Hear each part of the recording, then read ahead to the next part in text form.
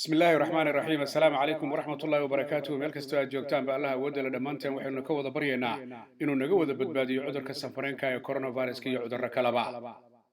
waa maalinimo jimcaha 18 Diseembar 2020 cudurka coronavirus-ka ayaa weli ku fidaya meelo badan oo dunida ka mid ah iyadoo dhinaca kalena tallaalada wadamada qaar ay barbar socdaan ayaa dhinaca kalena digniino xoog leh ay jiraan oo ku saabsan cudurkan coronavirus iyo saameyntiisa dunida reer Yurub haddaynu ku bilowno warkii horeba war soo dhaaf marka la fiiriyo hogaamiyaashii reer Yurub ayaa in badan oo ka mid ah la gooniyeeyay markii la arkay cudurka coronavirus-ka in laga helay madaxweynaha dalka Faransiiska Emmanuel Macron arrinkaasi ayaa waxaa ka dhawaajiyay xafiiska looga arrimiyo waddanka Faransiiska ee magaalada Paris oo sheegeen madaxweyne Emmanuel Macron oo 42 jir ah in laga arkay cudurka taasina ay keentay inuu isgooniyeeyay kadibna wararku ay sheegayaan hogaamiyaal kale oo iyaguna ka tirsan reer Yurub oo ay hore isu arkeen gooni shirna ay ka wada qayb galeen magaalada Brussels iyaga laftoodu inay go'aansadeen inay isgooniyeeyaan mar haddii arrimahaasi la arkay xaalkuna aanu qumanayn waddanka Faransiiska marka la fiiriyo waxa uu ka mid yahay wadamada sida aadka cudurka uu saameynta ugu yeeshay iyadoo maalin walba dad badan uu soo ridanaya dad badan ay uga dhimanayeen madaxweyne Emmanuel Macron markii laga arkay ee la xaqiijiyay ayaa markiiba isaga la gooniyeeyay afadiisa oo iyaduna 67 jir oo lagu magacaabo Brigitte Macron ayaa iyadana la gooniyeeyay walow cudurka iyada aan laga arkin oo markaasi ay ka badqabto marka haddaba la fiiriyo dalka Faransiiska hogaamiyaashiisa iyo dadka ay wada kulmeen madaxweyne Emmanuel Macron ayaa iyagana ay saameyn ku yeelatay inay isgooniyeeyaan waxaana ka mid ah ra'iisul wasaaraha konton iyo shan jirka ah ee lagu magacaabo Jean Castex oo ah ra'iisul wasaaraha dalka Faransiiska iyo afhayeenka baarlamaanka Faransiiska oo konton iyo siddeed jir oo lagu magacaabo Richard Fran oo iyaga laftoodana la gooniyeeyay waxaa kale oo jira nidaamyo la marayay oo ah dadka ay isarkeen madaxweynaha ama ay isu dhawaayeen dhammaantood in laga fiirsado oo la eego inay cudurka qabaan iyo in kale wararka ka soo baxaya xafiiska madaxweynuhu waxa ay sheegeen in aan la sheegi karin ama aan la qiyaasi karin halka uu madaxweynuhu cudurka ka qaaday inay tahay gudaha iyo dibadda laakiin ay baaritaan ugu jiraan bal inay ogaadaan xogta ku saabsan halka madaxweynuhu cudurka uu ka haleelay waa madaxweynaha dalka Faransiiska Emmanuel Macron xafiiska madaxweynaha ee magaalada Paris waxaa laga sheegay in dhammaan safaradii uu ku tagi lahaa meelo badan oo dunida ka mid ah dhammaantood la joojiyay ilaa amar dambe oo uu ka mid ahaa safar 22 bishan December 2020 Emmanuel Macron uu ku tagi lahaa waddanka Lebanon hogaamiyaasha kale marka la fiiriyo ee iyagu isgooniyeeyay ee reer Yurub waxaa ka mid ah ra'iisul wasaaraha waddanka Spain Pedro Sanchez oo isaga uu isgooniyeeyay walow cudurka aan laga arkin waxaa kaloo isaguna isgooniyeeyay dhammaan safaradii uu aadi lahaana joojiyay ama xanibay ra'iisul wasaaraha waddanka Boortaqiiska oo lagu magacaabo Antonio Costa waxaa kaloo isaguna isgooniyeeyay ra'iisul wasaaraha waddanka Belgium Alexander De Croo iyo weliba ra'iisul wasaaraha Luxembourg Javier Bettel oo weliba Bettel uu u rajeeyay qoraal uu soo saaray madaxweyne Emmanuel Macron si degdeg ah inuu u bogsoodo waxaa kaloo isaguna isgooniyeeyay gudoomiyaha golaha midowga Yurub oo lagu magacaabo Charles Michel oo isaguna ka mid ahaa dadka ay kulmeen ama ay sarkeen madaxweyne Emmanuel Macron iyo raggan kale ee la tiriyay dhammaantood waxay ka wada qayb galeen iyo hogaamiyaasha reer Yurub dhammaantoodba shirweyne madaxeedka ka dhacayay magaalada Brussels ee waddanka Belgium iyo weliba dadka kale oo gaargaar ay soo arkeen haweeneyda lagu magacaabo Angela Merkel oo ah ra'iisul wasaaradda waddanka Jarmalka iyada xaaladeedu waa ay quman tahay oo shirka marka ay ka qayb galaysay sanka iyo afku ay u xiraayeen taasoo markaa loo arkayay dadaal xoog leh inay muujinaysay oo iyadu maadaama loo arko inay tahay qof saynis yahanada ay qiyaasi karaysay kulamada noocaasi oo kale inay dhici karto fursad cudurka lagu qaadaa inay ka iman karto reer Yurub marka la fiiriyo hogaamiyaashoodu dadaallo xoog leh ayay ku jiraan gaar ahaan kuwa isgooniyeeyay oo dhammaantoodba cudurka aan laga arkin laakiin mar haddii la kulmay markaasi ay u arkeen maadaama ay hogaamiyayaal yihiin isla markaasina ay ku dayasho mudan yihiin marka loo fiiriyo dalalka ay xukumaan iyo dadka ay u taliyaan intaba inay go'aan ku gaareen nidaam ahaan in markaasi ay isgooniyeeyaan tan iyo inta laga gaarayo 7 ilaa iyo 10 maalmood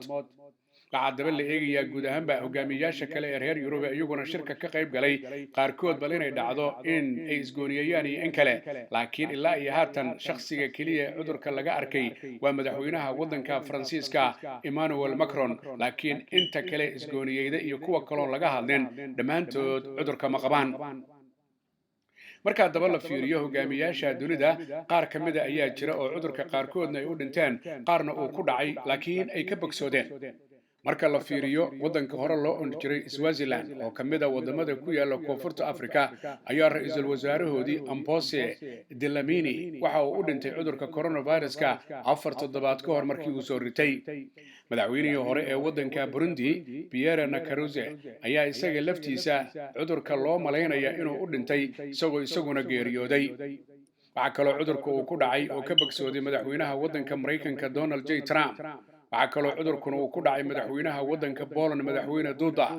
waxaa kaloo cudurkani uu ku dhacay madaxweynaha waddanka Algeria ee waqooyiga qaaradda Afrika Abdulmajid Tebboune waxaa kaloo cudurka uu ku dhacay madaxweynaha waddanka Guatemala Alexander Gimatay waxaa kaloo cudurka uu ku dhacay madaxweynaha waddanka Brazil Jair Bolsonaro waxaa kale oo cudurka uu ku dhacay waa ra'iisul wasaaraha waddankaasi Russia oo lagu magacaabo Mikhail Mishustin waxaa kale oo isagana cudurka uu ku dhacay marka la fiiriyo hogaamiyayaal dad aan ahayn laakiin iyagu ah dad markaasi xilal kala duwan hayay dabcan qofka ugu horeeyay ee heerka jaga gaaray ugu sarreysay cudurka uu ku dhacay waxa uu ahaa ra'iisul wasaaraha waddanka UK oo cudurka laga arkay 27 bishii Maarch ee sanadka 2020ka waxaa kaloo cudurka laga arkay ninka lagu magacaabo David Beasley oo ah ninka u qaabilsan adduunyada ama agaasimaha guud ee mashruuca cuntada dunida waxaa kaloo cudurka laga arkay marka la fiiriyo ninka wada hadalka ka bixitaanka midowga Yurub UK ee ka baxaysa midowga Yurub ugu qaabilsan oo lagu magacaabo Michel Barnier waxaa kaloo isaga laftiisu isgooniyeeyay maalmo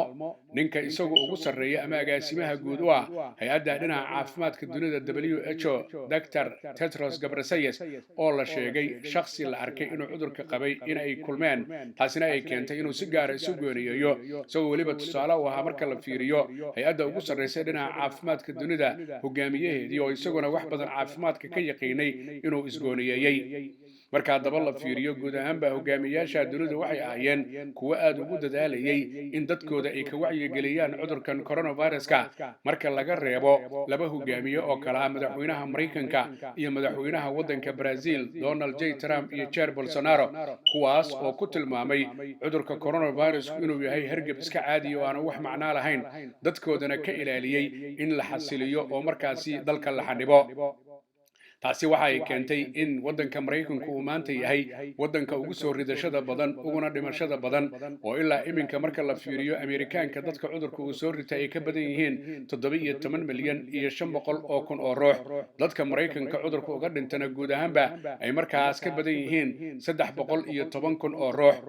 haddaad fiirisid waddanka Brazil waa waddanka labaad ee ugu dhimashada badan adduunyada mar haddii hogaamiyahoodii Jair Bolsonaro uu shaaca ka qaaday inaan dalka la xalibin dadku ay soo baxaan sankii afka aan la xiranin isla markaasina la isu dhawaado taasoo keentay isaga laftiisa cudurku inuu ku dhacay haddana wararkii ugu dambeeyaba ay sheegayaan inuu leeyahay anigu talaal qaadan maayo umana baahni mana rabo arrimahaas iyo arrimo kale waxay yihiin wadamo lagu dhaliilo qaarkood hogaamiyayaashoodu inaanay dadkooda dan ka gelin taasina ay keentay culays xoog leh dalalkooda in laga arkay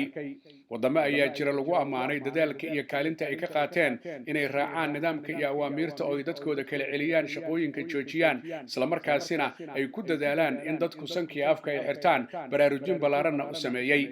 waddanka Jarmalka haweeneyda Angela Merkel muujadii koobaad aad ayaa loogu ammaanay waddanka South Korea madaxweynahooda Moon Jae-in aad ayaa loogu ammaanay waana labada waddan ee 1 iyo 2 ah ee dunida la sheegay cudurka coronavirus-ka inaanu wax dhibada u geysan marka la fiiriyo wadamada kale ee adduunka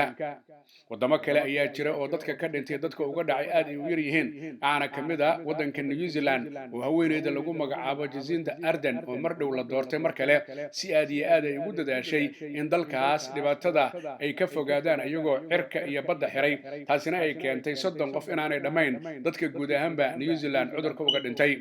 Australia lafteeda marka la fiiriyo dadaal xoog leh ayay sameeyeen oo dadka cudurka uu ku dhacay 28 kun iyo wax yar weeyaan dadka uu ka dilana waa 900 iyo wax aan ka badnayn taasoo markaa loo arkayo Australia lafteedu dadaal xoog leh inay sameysay iminkana ay ku dadaalayaan ishana ay ku eegayaan mar walba xaaladuhu sida isu bedelaan UK marka la fiiriyo waxa uu ka mid yahay wadamada sida aadka cudurka uu saameynta ugu yeeshay taasoo dhibaato badan ay dhacday dad badanna ay dhinteen laakiin 24kii saac ugu dambeeyay wararkii soo baxaya waxay sheegayaan UK in ay ku dadaalayaan dadkooda inay ogoleysiiyaan inay nidaamka raacaan maadaama ciidii Christmasku ay soo dhowdahay England marka la fiiriyo 3 meelood oo 2 meel ayaa saameyn xoog leh waxa ku yeelanaya feejignaanta heerka ugu sarreysa marka la fiiriyo iyo qaybaha kala duwan ee England iyadoo dhinaca kale dadka ay saameynaysa arrinta feejignaanta ugu sarreysa ee England ay tahay ilaa iyo 38 milyan oo ruux marka la fiiriyo guud ahaanba wadanka UK waa wadankii koobaad ee bilaabay talaalka cudurka coronavirus-ka 8 bishan December iyadoo Pfizer iyo BioNTech ay ahaayeen kuwii markii ugu horeysay laga ogolaaday UK 24kii saac ugu dambeeyay marka la fiiriyo UK dad badan ayuu cudurku uu soo ritay taasoo lagu sheegay 35,382 ruux dadka ku dhintay UK cudurka 24kii saac la soo dhaafay waxa ay gaarayaan 532 ruux iyadoo guud ahaanba UK dadka cudurka uga dhintay ay gaarayaan 66,000 iyo waliba 52 ruux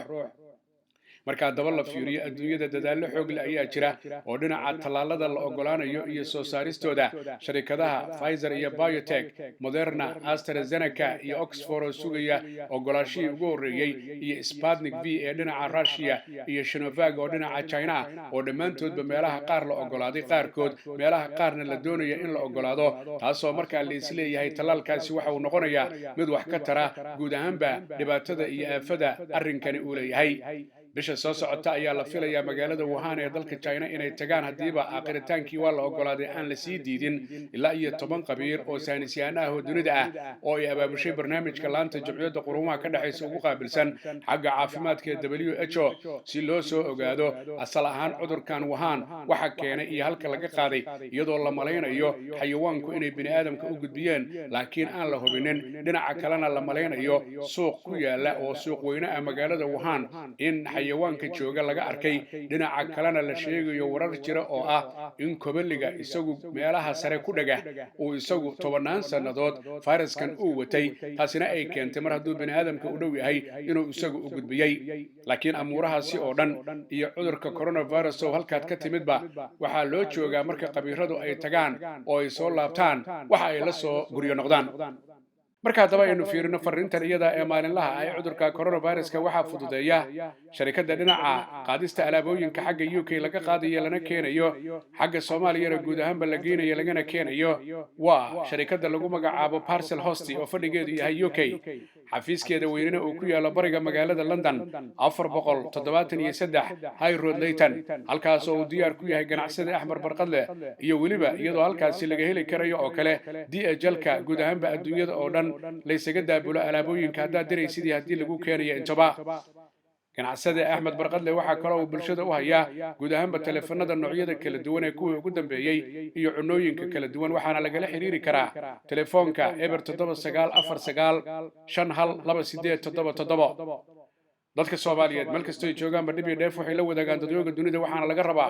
inay islaaliyaan ay feejignaadaan baryada ay badiyaan nadaafadana ay ku dadaalaan inay dhageystaan awaamirta ka imanaysa maamulayaasha dalalka ay joogaan iyagoo aan iloobi in halku dhigi ahaa walaalle ha ii soo dhawaan yaana kuu soo dhawaan yaana isu soo dhawaan aan kala fogaano baryada eebba aan badina nadaafadana aan ku dadaalno maxamed axmed xaaji cagmadhiga iyo bahda telefishinka caalamiga Universal ugu qaabilsan arrimaha ka wacyigelinta bulshada cudurka coronavirus-ka oo idin leh annagoo kariimkeena kaashanayna kaalinteena aan ka qaadano ka hortagga coronavirus ma sha Allah